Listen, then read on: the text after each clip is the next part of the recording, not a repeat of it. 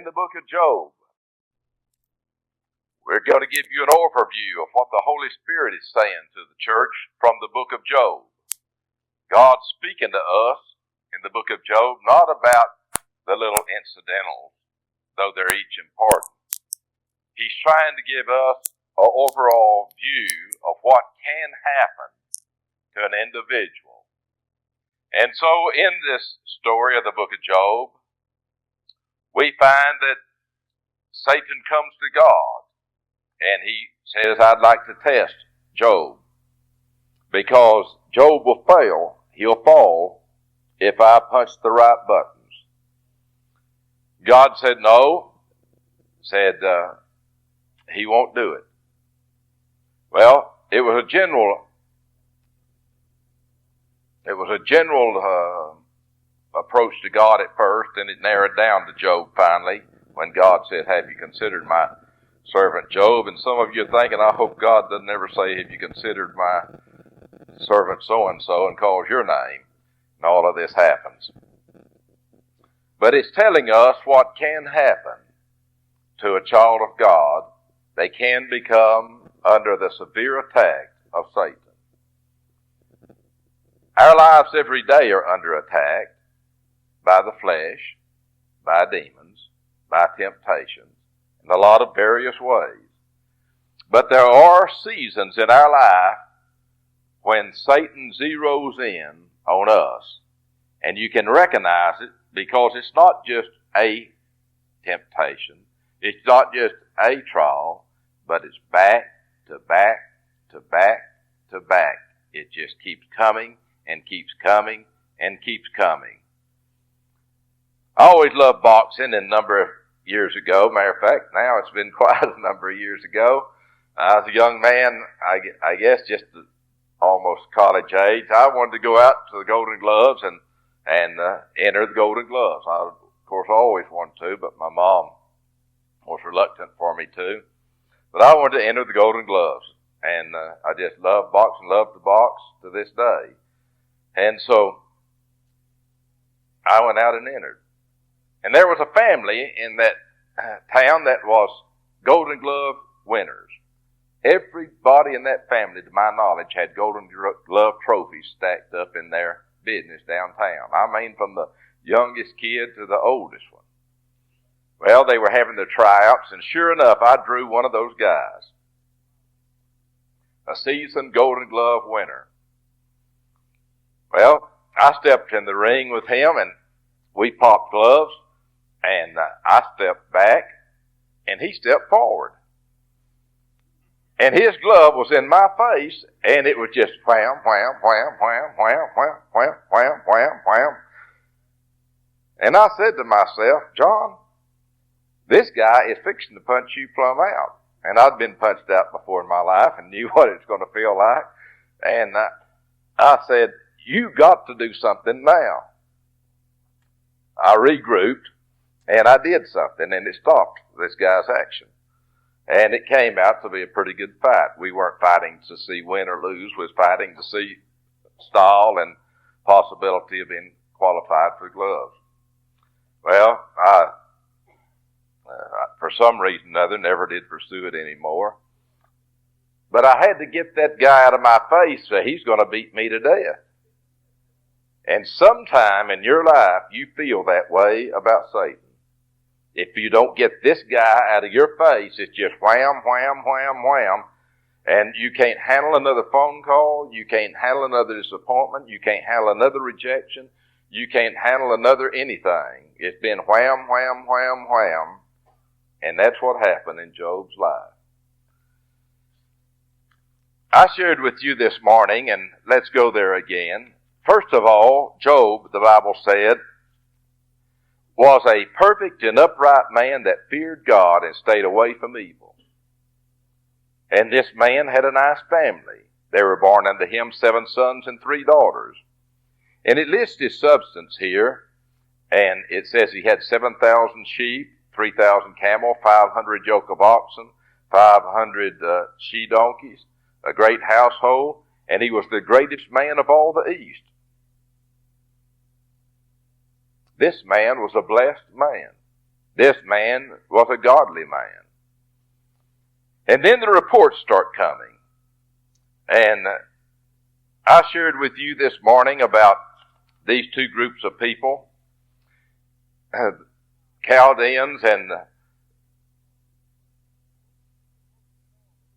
they had been raiders and robbers, but they weren't the type of people that's going to go for this. This is the Fort Knox of the East. And they're going to go for Fort Knox. They're going after 7,000 sheep, 3,000 camel, 500 yoke of oxen, 5,000 she-donkeys. I mean, they're going to have some box cars and a good train to pull that. But they said, we're going after this guy. The timing was what made it the work of Satan. They're sitting here not thinking about this whatsoever, but then comes a thought in their mind.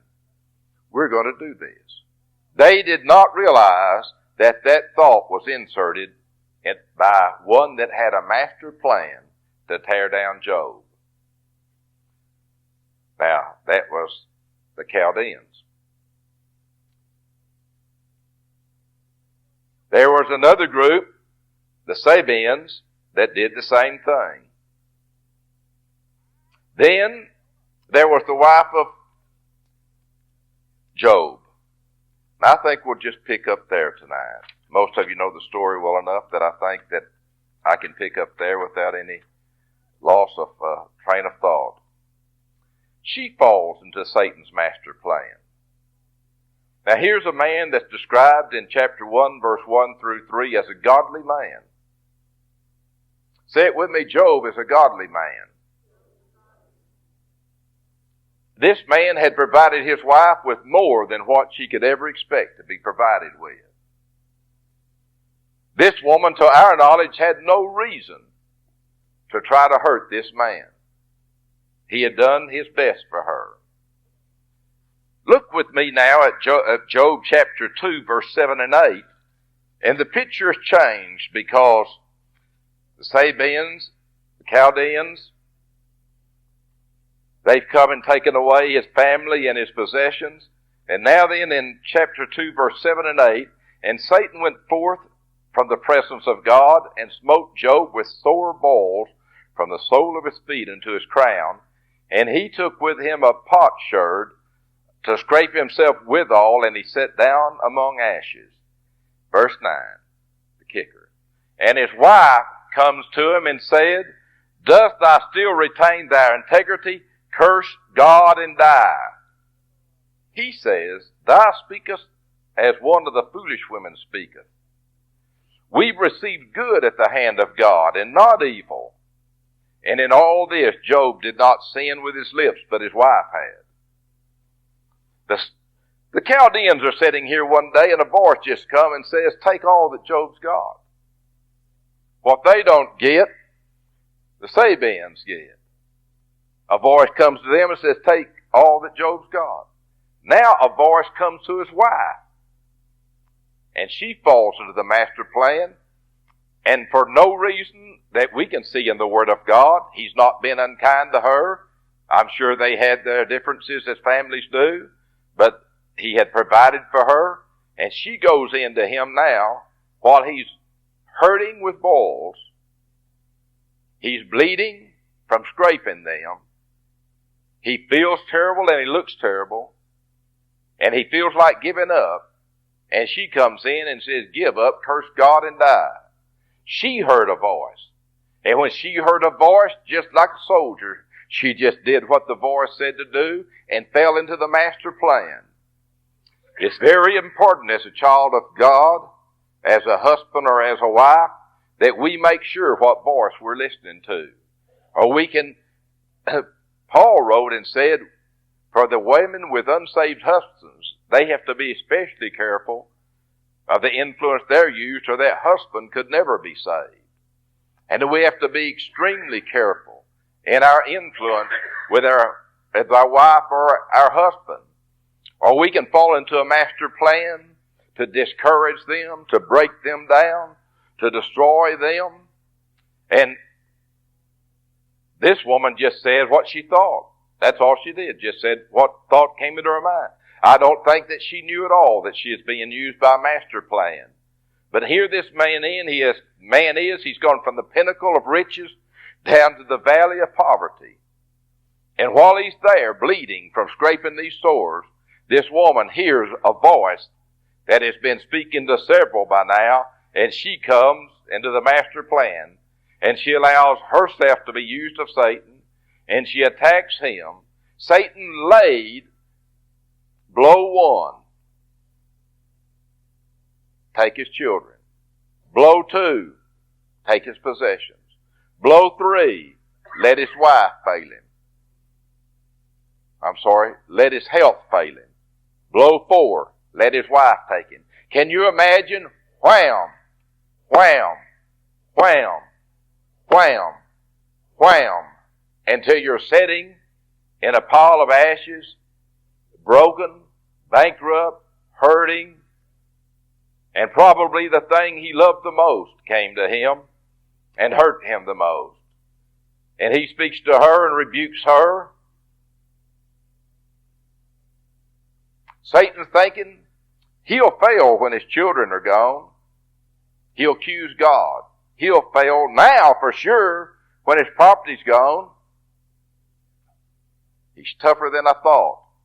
He'll fail when his health is gone because he has served God and he knows he served God, and he'll accuse God now of not being fair, and his health's gone. Satan says this is a tough one to crack. He said most people would have broken by now. That's about as tough as they come. No wonder God picked him and said, have you considered him? So he comes now because Satan knows he can hurt oftentimes the worst with those that are the dearest and closest to you. So now then she comes, used of Satan in a master plan, and she speaks. And he says, you speak as a foolish woman. You'd be surprised if you knew how many men in our nation in a given year. You'd be surprised if you saw the statistics that I receive.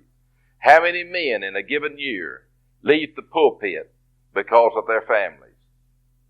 You'd be surprised how many men that I personally have known through the years that went home to a family that didn't respect his ministry. You'd be surprised how many men right now in all denominations, they're going home to somebody that could care less whether he's a successful minister in the eyes of God or not. And they have no moral support whatsoever at home. There's never a word that says, that was a great sermon you preached.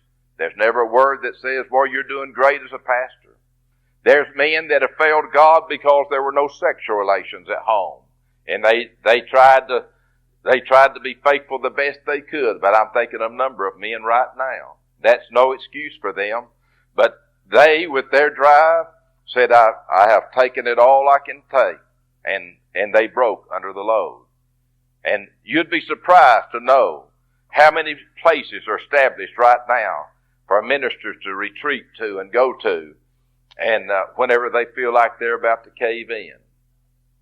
Here's a man who was not a minister, but he's at that place. And he's typical of some of the preachers in pulpits across America. You'd be surprised today at how many men are hating to go home when Sunday's over, because the best thing in their life was Sunday at church. Because at home, instead of heaven, it's hell. And they're going home to a very distasteful situation. And they're going back to the pulpit with a happy face on for the next service. Some of you have had pastors like that and know about it. You'd be surprised how many preachers' families don't have any confidence in them. Because when they leave the pulpit, their professional life is over, and they're not the same person at home. They go home, and they don't care about God. They don't care about their family, perhaps. They're not what they're supposed to be, and their family has no confidence in them because of that. There's some of you here that have known people like that, and I have. And their family had no confidence in the church or in God because they said, if that's what preachers are like, then I don't have any confidence in the preachers or in church. Well, the Bible tells us, if you'll turn with me in Matthew chapter 13, verse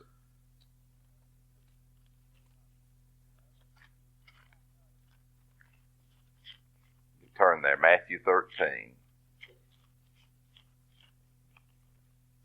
We're going to take time to look at some scriptures tonight because, again, I'm still unveiling the work of Satan.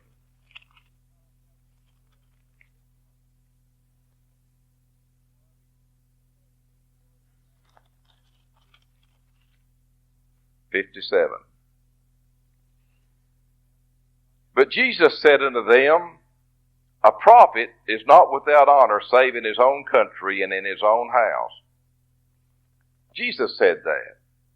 And did you know that Jesus' stepbrothers and stepsisters didn't believe in him? Did you know that his stepbrothers and stepsisters weren't saved until after the resurrection? I mean, when he come walking around in the resurrected body, they said, he was really something to him, wasn't there? But he was a brother. He is a sister. He was a brother to them. That was his sister. And they saw him in the human side. And it was just hard for them to grasp that this is really the Son of God. We're raised up with him. We saw him get upset when we got some of the toys. How could he be the Son of God? Some people have seen preachers in their humanness and said, well, if they're human, then they can't be a preacher. And so they lost confidence. The family lost confidence. And that's why the Bible said, a man is without honor oftentimes with his own family or his own country because they see his humanness. And if they can see him in his humanness, when he's mad, when he's discouraged, when he's disappointed, they can say, well, we expected him to be like deity all of the time. That's not the way it works. And so, a man's family can be used in a master plan against him, but a man can be used in a master plan against his family. A preacher can. Against his family, so they don't have confidence in him. And the scripture tells us not once, but in 3 places in Matthew 13, Mark 6, John 4, and 44, it tells us the same thing, that a prophet doesn't have honor oftentimes in his own house and in his own country. Well, Jesus came to his own received him not. And his own family, like I said, didn't receive him. Mary's the only one we really know that was the closest followers to him. And only after the resurrection. I thought I've been blessed through the years because as far as I know, my family's had confidence in me, and my daughter's in church tonight. And they've had confidence in me. They've seen me in my humanity, and they also seen me as a prophet in the pulpit. And they've seen miracles take place that they know that nobody but God could do. And they've seen me prophesy things that they knew I had no knowledge of. Some of it affected their lives. Some of it affected other people's lives. Some of it affected the church. They've seen signs and miracles that they know that no doctor on earth could do because I laid my hands on someone. I received a note from my wife the other day, said, I love you very much. And said, we've had 37 years, not perfect but wonderful. And you're a wonderful prophet of God, and I respect your ministry. And just a little note that was given me. And I thank God for that because she could say, somebody say, well, what about your husband? I said, he's at church all holy, and said at home, said there's nothing to him. He doesn't ever study, he doesn't ever pray, he doesn't ever read the Bible, he doesn't go around and pick up the books about God and make any preparation. Said there's nothing to him. But after this many years to say, well, he's a prophet of God. Well, I appreciated that very much. That was given to me. Well, because I couldn't be without honor in my own household. I have an article here about God's prophet being depressed. I want to share this with you because if it's true of preachers, then it's going to be true of all of us. And so this article, God's prophet being depressed, it has to do with being attacked by Satan. And the man that wrote this was attacked by Satan. And he was being attacked when he wrote this, but most people didn't know it. And he said, the old spiritual says, sometime I'm up and sometime I'm down. Tim LaHaye has asked 100,000 people if they've ever been depressed in his audiences. And out of 100,000 people, he has never had one person that says that I have never been depressed. Depression's as ancient as the Bible and universal as the world. The psalmist said, "Why art thou cast down within me, O my soul?" And then, it seems like most of psalmist writing, especially in the center of the Psalms, was a thesis on melancholy. Charles Spurgeon, perhaps the greatest preacher of last century and maybe the greatest preacher that ever lived, and that man spent weeks and weeks in depression and locked into his room, and only his family basically knew what was going on for sure. The apostles faced it, the prophets before them faced it, and everybody that's ever lived faces it. Moses asked God to take his life. Job asked God to kill him. Elijah said, "God slay me." This is God's prophets here. Jonah wanted God to do away with him, and God almost did. And Saul, the king of Israel, destroyed himself because of one of his fits of depression. And Jeremiah is one of the worst of all. He was one of the most miserable of all of God's prophets. We're not talking about people in the insane asylum. We're talking about the major prophets of God here. And Jeremiah was a man that hit rock bottom. Jeremiah's experience ought to be helpful to all of us. You know why these men went through this? Because Satan said, "I'm going to zero in on Moses for a while. I'm going to zero in on Job for a while. I'm going to zero in on Elijah for a while. I'm going to zero in on Jonah for a while. I'm going to zero in on Saul for a while. I'm going to zero in on Jeremiah for a while." And that's just to mention a few. And every one of those has gone on record as asking God to kill them. They wanted to kill themselves, but they're afraid to do it, so they asked God to do it. Said, "I'll put this and let God's hand, maybe He'll do it." God said, "I'm not going to put you out of your misery. You got to go through this." And every one of those men had to face it. Well, some didn't make it. Saul didn't make it. He destroyed himself in one of his fits of depression, as I said. But Jeremiah was perhaps hit the hardest. And the very fact that Jeremiah is in the Bible tells us that God looks down upon you when you're in depression, when you're under a master attack of Satan, when your home is under a master attack of Satan. And he saw Jeremiah, and every negative thing that Jeremiah said, and I mean he said a bunch of it. And God said, "I'm not ashamed to put that in my word as one of my great prophets." I'm going to share with you some of the things about Jeremiah. You might ask, why do people get depressed, and especially God's people and especially God's prophet? One reason is that you become under the shadow of divine deceit. And I shared that the other Wednesday night, how easily that could happen. And Paul wrote to the Romans and warned them against that and said, "Don't let that happen to you." In our Romans Bible study, I shared that. But they feel like God has deceived them. And Jeremiah chapter 20 verse 7, "O Lord, you deceived me, and I was deceived, and you overpowered me, and you prevailed, and I'm ridiculed all the day long, and everybody mocks me." That's from the NIV. That's how Jeremiah said. That's what he said to God.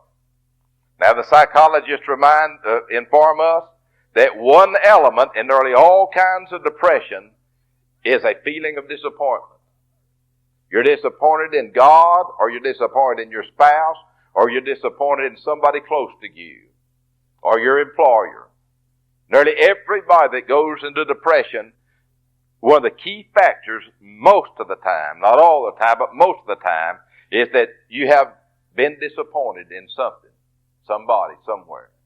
And if you think back through the times that you've gone through that, and you were disappointed, not always, but it very easily can be that Satan in his master plan spoke just like he did to Job. Here's Job sitting in ashes, scraping his sores, and God and Satan, knowing the psychology of man, says, what hit him the hardest now is to be disappointed in his wife.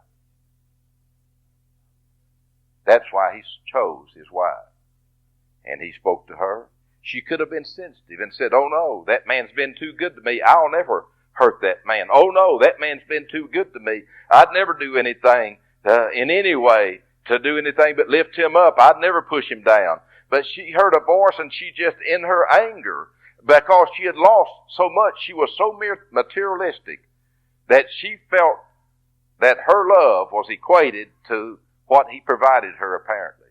And so in her anger of her loss, she rushes in and she says to him, here's a very frustrated woman, first of all. Here's a woman that's gone through loss of children. Here's a woman that's gone through loss of possessions. Here's a woman that's gone from the high road down to the low road in a few days' time. I mean, you're talking about a major upheaval in your life. And so Satan knows she's vulnerable. So he comes to the most vulnerable one, and the one that's the least sensitive to the voice of God, because Satan will not come to you if you're tuned in to the voice of God, because the Bible said of strangers they will not follow.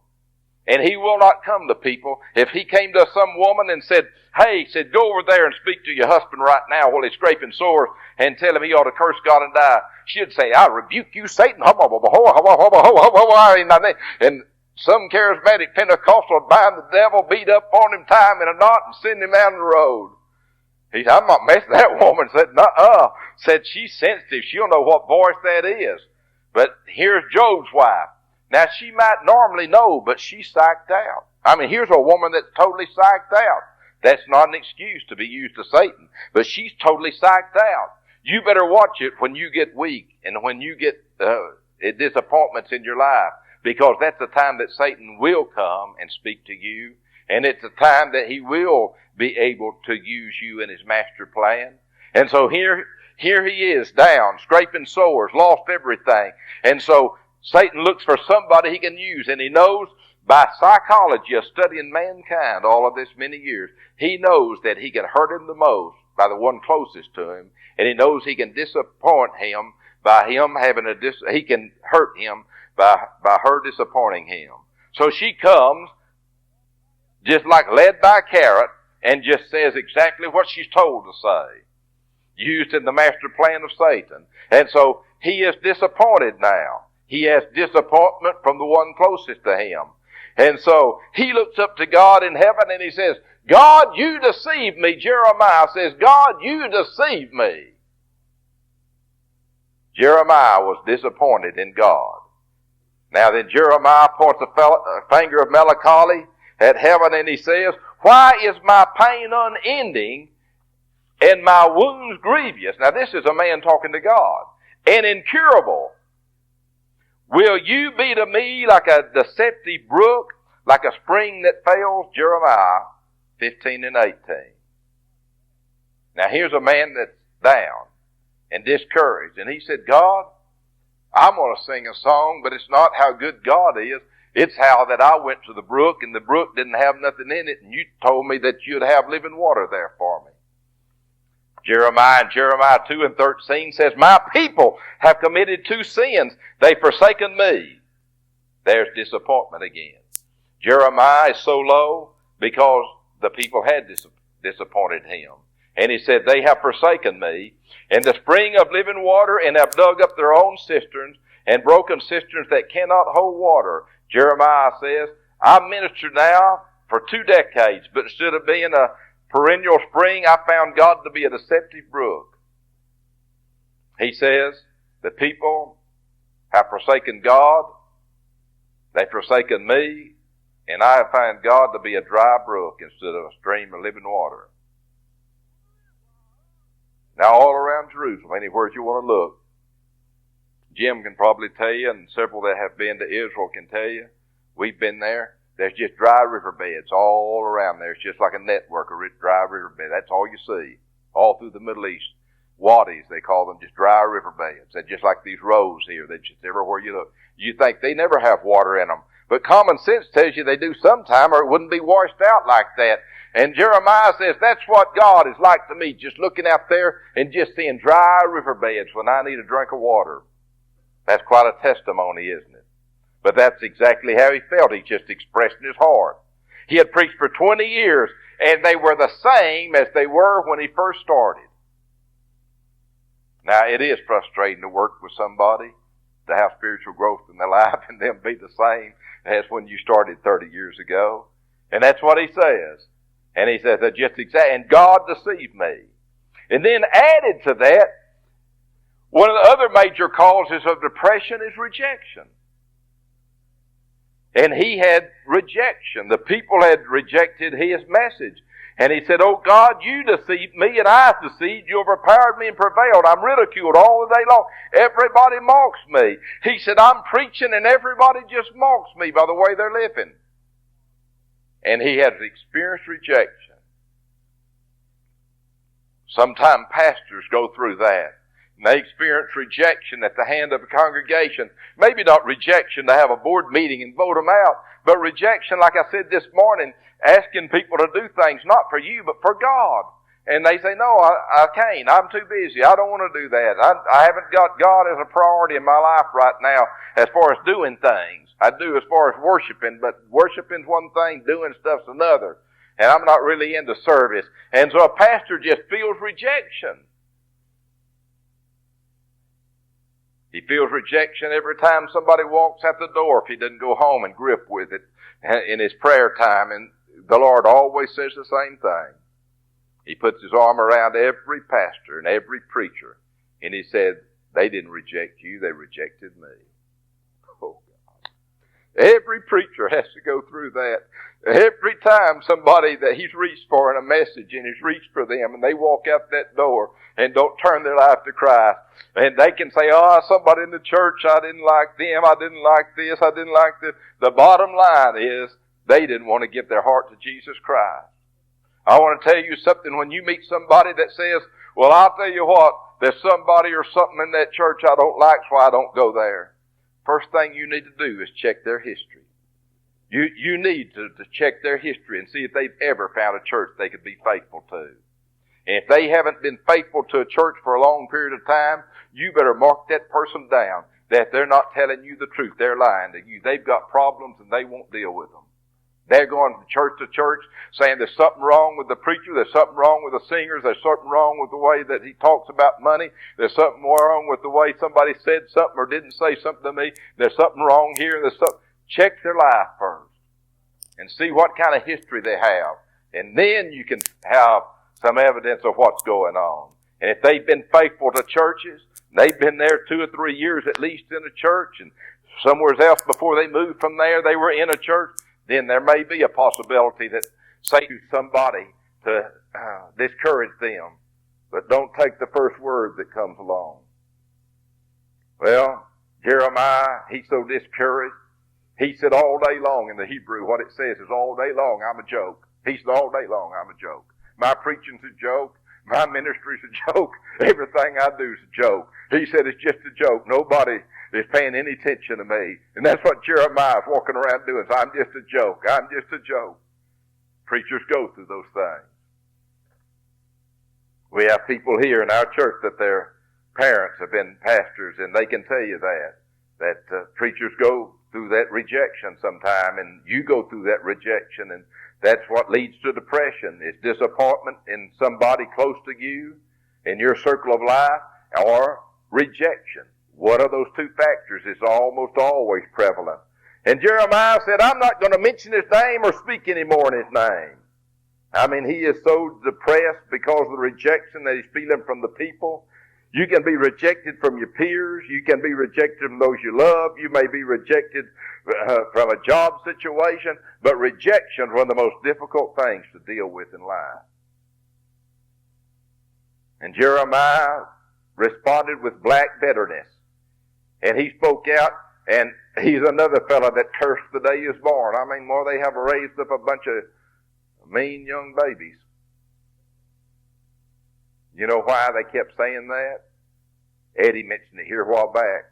It's a capital offense to curse one's parents for a Hebrew. It's punishable by death for a Hebrew to curse one's parents. And so since they couldn't get that, they get so angry and they get so mad. And you say, "This who? God's prophets?" Yes, God's prophets get frustrated and they get mad. And they get beside themselves and say, "God, kill me. I just gave you a list of those that did." Not all of them that did, but some of them that did. And he got so frustrated, and Job got so frustrated. He said, "I just cursed the day I was born. I wish I was never born." See, they can't curse their parents. And so we get as close as we can to what God will not kill us over. One woman said, "We don't believe in divorce," but said, I'm beginning to believe in murder." Well, we get just as close as we can. That's humanness. That's just humanness.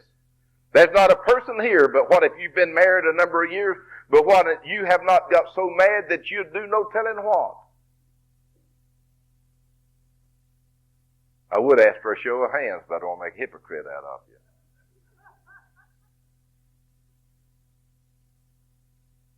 But I've been married for nearly 40 years, and I've never hit my wife. I've never had any physical violence with my wife. I go on record of that. Never have. Isn't that right? Not one time. My daughter's never seen me have any physical violence. But I could go into my daughter's house, and I imagine at times they'd have disagreements. And I imagine at times there's blood vessels that swell, and there's tempers that rise, and it's in your house. And I can tell you right now, it's in preachers' houses, because we're all human. And when you get to the place and said, if I curse my parents, well then God will kill me, so I just curse the day they gave birth to me. That's close I can get. And said, look at a spouse sometime and said, oh, I will. Now, probably something that's helped me through the years, and I still have it in my study now on the wall. I have a punching bag. Whatever works, do it, friend. that stops short of the line. There's been men that have hit their fist. They got so mad, instead of hitting their wife, they hit their fist. I've known some that knocked holes in sheetrock. That's better than going over the line. And you say, could a child of God do that? A child of God experiences rejection. They experience disappointment. They experience frustration. And sure they do that. And it's a bunch of hypocrites that say they don't.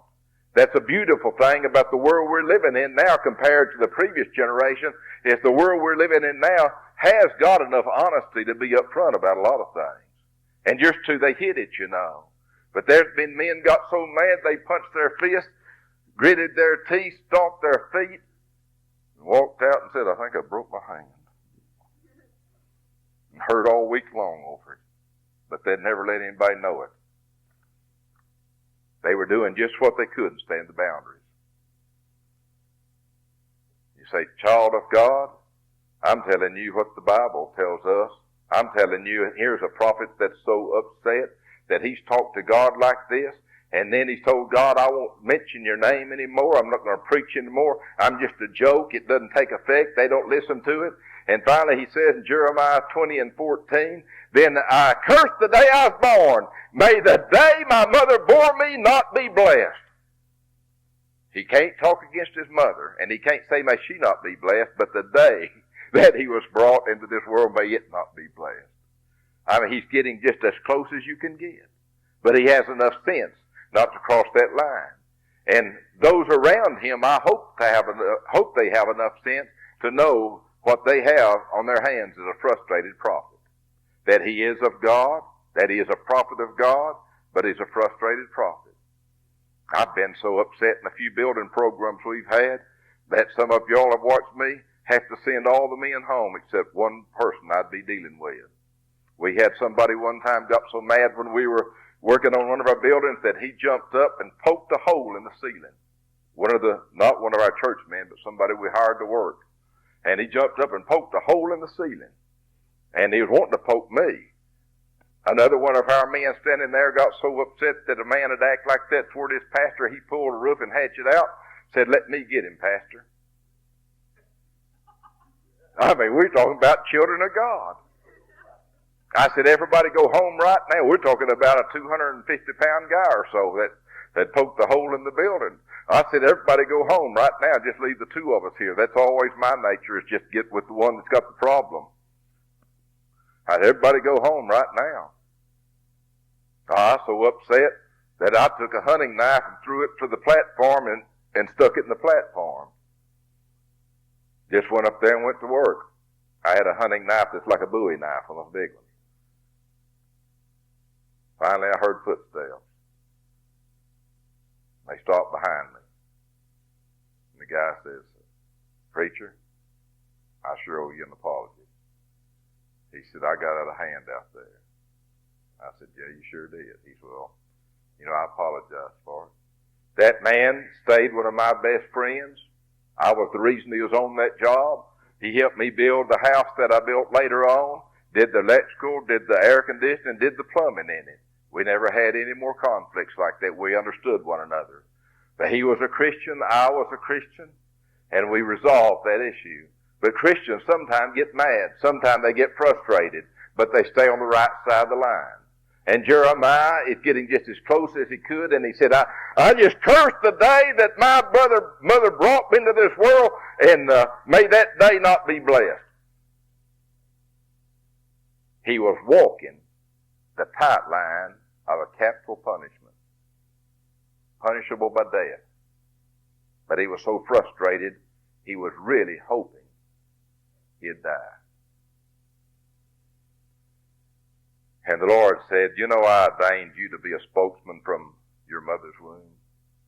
Said, when you were born, I brought you into this world so that you could be a prophet.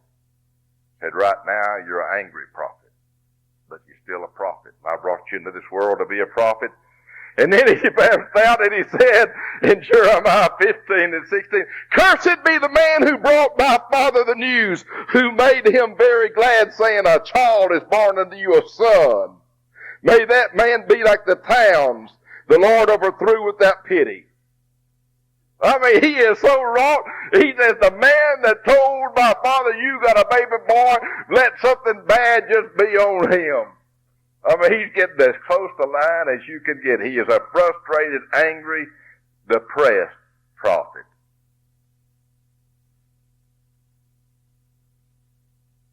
In the Psychology of Melancholy, one of the great works of psychology, it says depression at every phase in its development includes the component of anger. From one of the foremost authorities in the world, depression, everybody's had it. At every phase, not one phase, but every phase in its development includes the component of anger. The anger is directed against the individual who is expected to provide love but disappoints.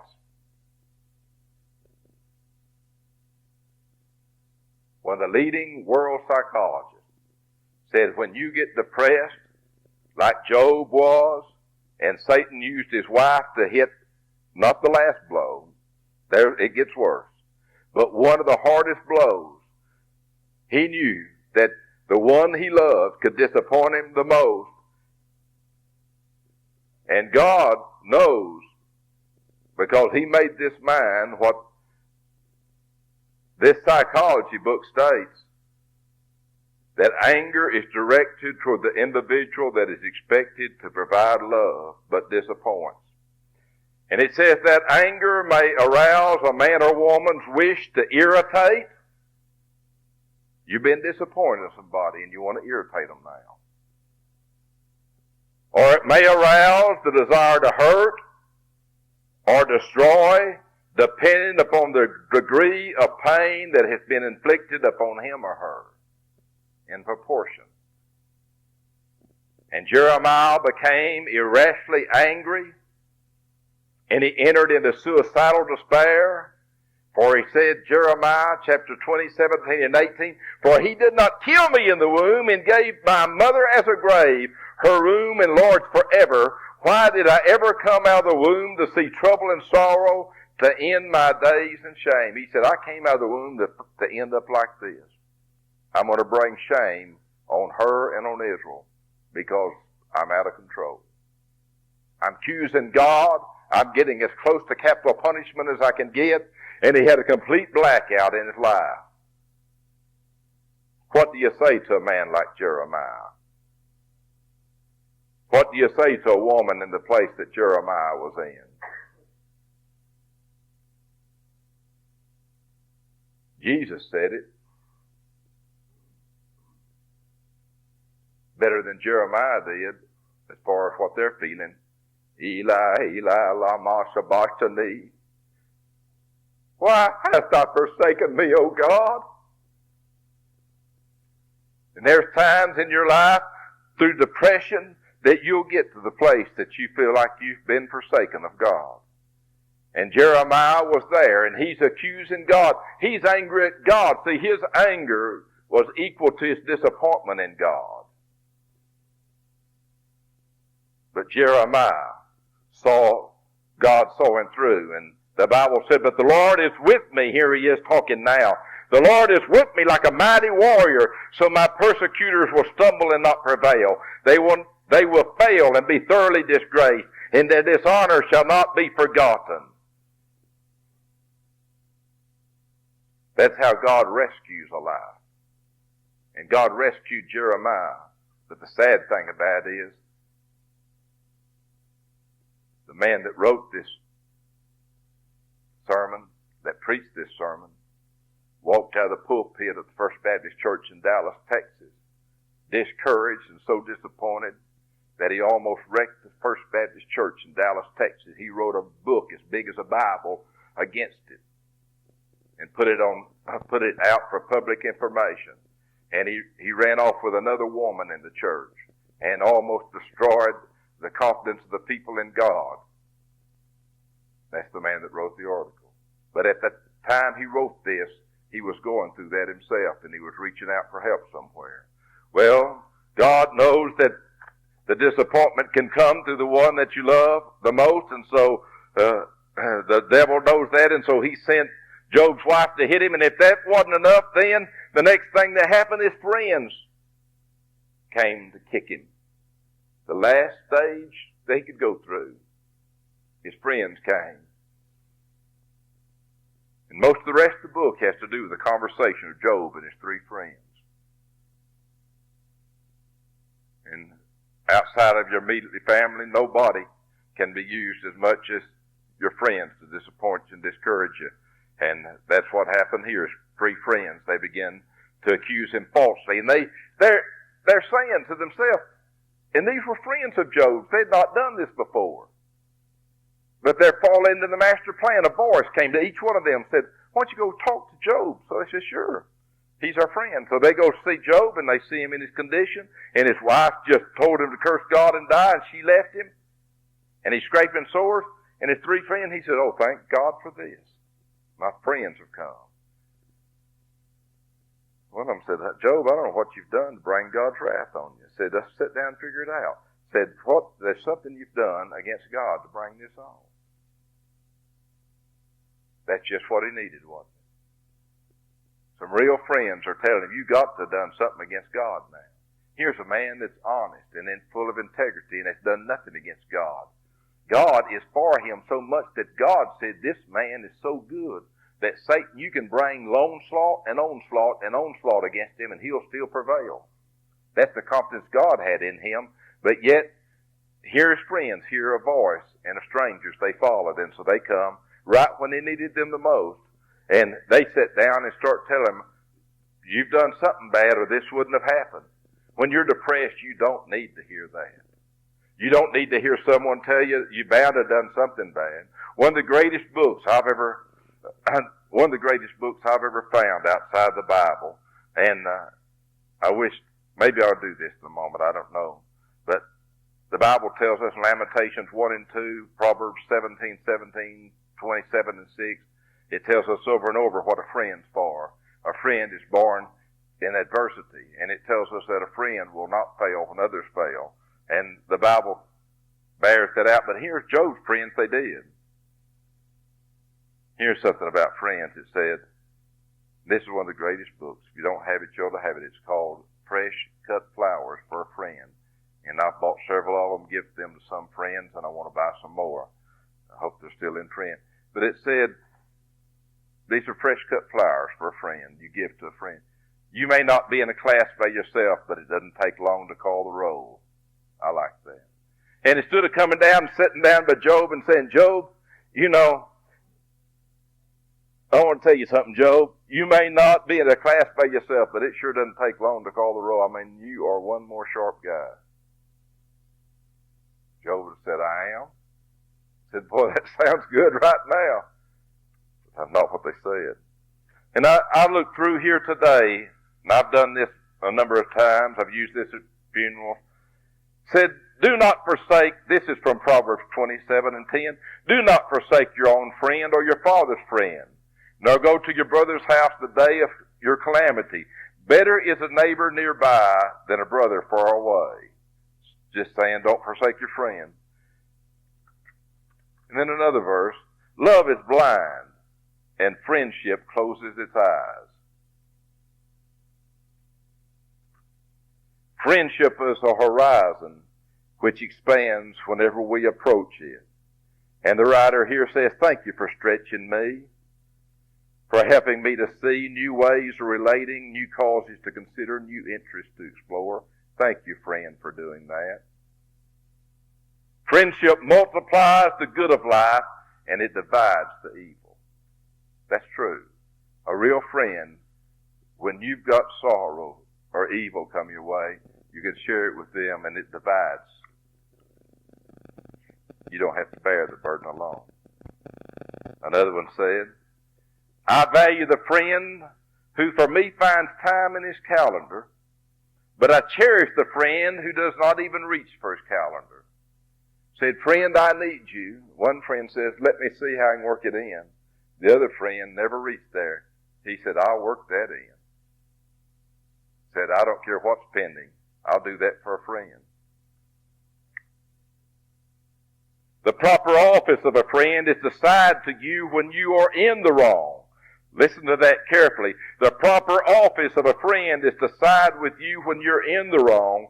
Nearly everybody will side with you when you're right. Mark Twain said that.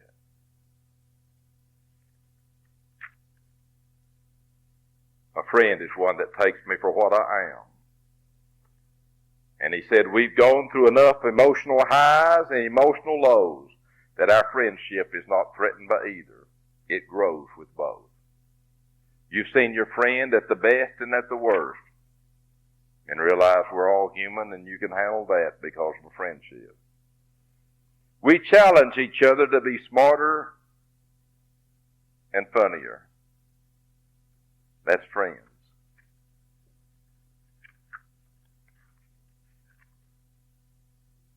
Proverbs 17:9, he who seeks a transgression loves, but he repeats a matter separates friends.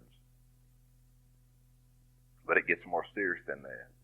God said, he that repeats a matter and separates friends committeth things that are abomination to God. Because we're not just brothers and sisters in the church, we're friends. And when somebody separates that, God said that's an abomination. If you share something with somebody they're not able to handle and that separates friends, that is an abomination with God. It's one of the things that God hates. True or untrue, if it separates friends, it's one of the things God hates. He writes and says, we're all travelers in the wilderness of this world, and the best that we find in our travels, and man, I found a lot of things in my travels. I've quit buying them because when I get back to States anymore, they're on the shelves here everywhere, Pier 1 and everywhere you go.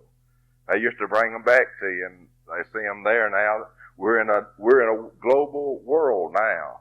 But it said in all the travels, the best thing a man is going to find is a friend. And I find that so. A true friend is somebody who can make us do what we can do. And I really like that. One of the blessings of old friends is that you can afford to be stupid with them.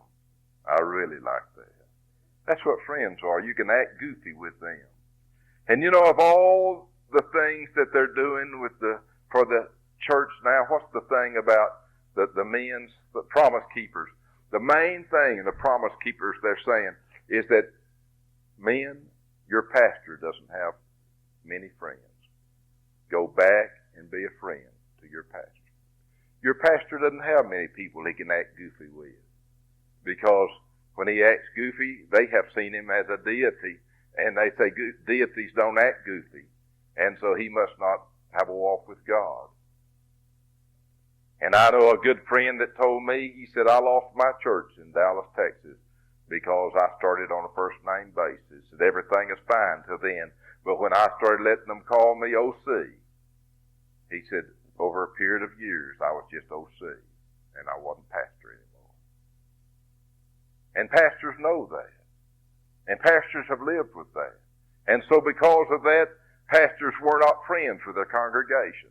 And I've been in many seminars that said, pastors, you cannot be friends with your congregation. Well, if you're not friends, you usually become not necessarily enemies, but you become opponents of each other.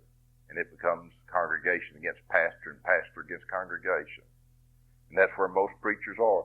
And so Promise Keepers realized that. And they said, go back home. And they asked, how many men will take your pastor out to play golf this next month? How many men will take your pastor to a football game? We want how many men to pledge that I'm going to ask my pastor if he likes races. We're going to take him to races. My company's having a golf tournament. How many men are having a golf tournament? And you can take somebody. You're going to take your pastor. And they take a show of hands to see in some of the meetings how many men will go and be a friend of their pastor. Some of them sign commitments to that because they know the pastors are hurting in America. Everybody hurts if you don't have friends. But because the isolation of the office, pastors oftentimes don't have many. God sends people special to be their friends along the way, just like God sent to Paul. He sent Timothy, and he sent Demas, who came of the master plan of Satan, and left him, disappointed him more than ever. And I'm sure he went into depression, because when you have disappointment, as the psychologist said, and you have rejection, and he had both of those, then depression follows everybody. Friendships like health. It's seldom known its value till it's lost. But Job had to face both, the loss of health and the loss of friends. Proverbs 17 and 17, a friend loves, say it with me, at all times. That's a friend.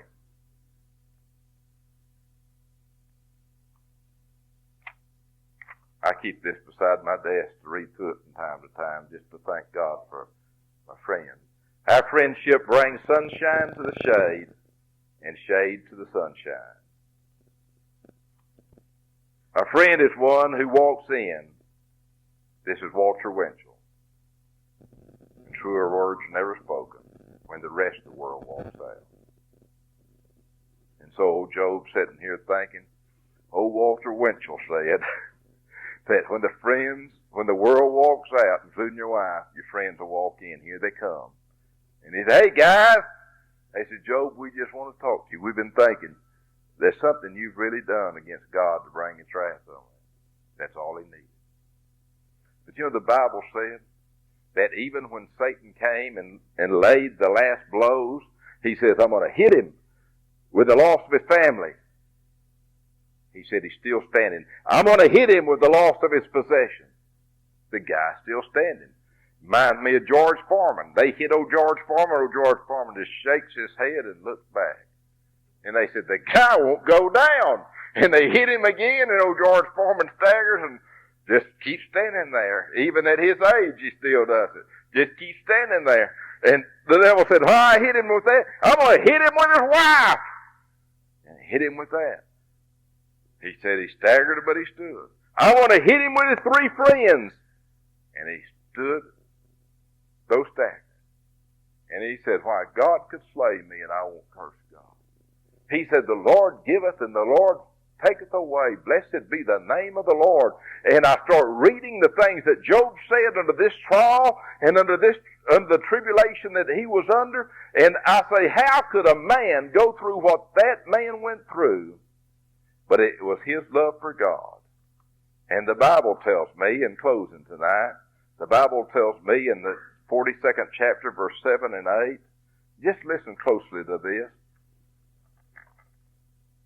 And it was so that after the Lord had spoken, I'm going to show you how God reconciles everything ultimately. The only thing we don't know what he did with what he did to rectify it was Job's wife. But after it was so, and I want everybody to hear this, all of our musicians and everyone, that after the Lord had spoken these words unto Job, the Lord said to Eliphaz and the Temanite My wrath is kindled against thee and thy two friends. These people that came against Job, these three friends, God said, my wrath is against you for what you just did to my servant. A friend's supposed to love us at all times. My word says, and you didn't. My wrath against you. Said, I want you to take 7 bullocks and 7 rams, and I want you to go to my servant Job and offer them up for yourself as a burnt offering. And my servant Job shall pray for you. The one you said had sinned against God, he's going to pray for you. And from him I will accept. He said the only hope of your not having the wrath of God on you is the man you discouraged and said sinned and wasn't of God, is that man prays for you. And then I'll accept your sacrifice. Least I deal with you after your folly, that you have not spoken of me in the way which was right, like my servant Job. That's what God said. And so the Bible says that the 3 friends of Job did according to the Lord, and the Lord accepted them, and Job accepted them. And the Lord turned the captivity of Job when he prayed for his friends. Say it with me, when he prayed for his friends. See, when Job was willing to forgive those that hurt him, God said, now then, I'm going to restore. And the Bible said in that same verse, when Job prayed for his friends, the Lord gave Job twice as much as he had before. When you have a forgiving spirit and a forgiving heart against those that have hurt you, don't worry about them. God will take care of them. But when you have a forgiving heart and forgiving spirit, then God can bless your life. But as long as you have jealousy, as long as you have envy, or as long as you separate friends, God can't do anything except lay sickness and disease and pain and suffering and reverses in your life. And the Bible said, then there came unto him all his brethren and his sisters, and they that had been acquainted before, and they ate bread with him, and they comforted him over all the evil he'd gone through. And the Lord blessed the latter end of Job more than his beginning, for he had 14,000 oxen, 6,000 camel, 1,000 yoke of oxen, 1,000 she donkeys, and he also gave him 7 sons and 3 daughters. And in all the land there was not found as fair daughters as Job. And after this Job lived 140 years, and saw his sons and his sons' sons, even 4 generations. And Job died being old and full of years. That's the drama of Job. But in the drama of Job, there could have been no sadness had people not been used by Satan's master plan. Who was used? Those closest to him. As a saint of God, we ought to be careful what voice we hear. We ought to be careful as a spouse, that we're not used to tear down a family, that we're not used to tear down a church. As a friend, we ought to be sure that we're in allegiance with the Word of God. Here, the wrath of God was upon his friends, and because they had violated the Word of God. And they had not been the friend that stuck closer than a brother, like the Lord says that he is to us. And they had not been with him during his time of adversity. And they had not been with him, even if he'd have been wrong. They should have been there with him as a friend, but they were not. And that's what the Lord went through in his sorrow. The Bible said his own rejected him. And the Lord had to go through everything that you'll ever go through. You won't go through rejection, but what the Lord didn't experience that ahead of you. You won't go through sorrow. You won't go through your own family not receiving you. I know of preachers that their own family won't receive their ministry. Nothing could hurt you more than your own brother or your own sister or your own mom or your own dad not receiving your ministry. Being in the same town, not coming to the church where you are, where you're preaching. And Jesus Christ had to go through all of that.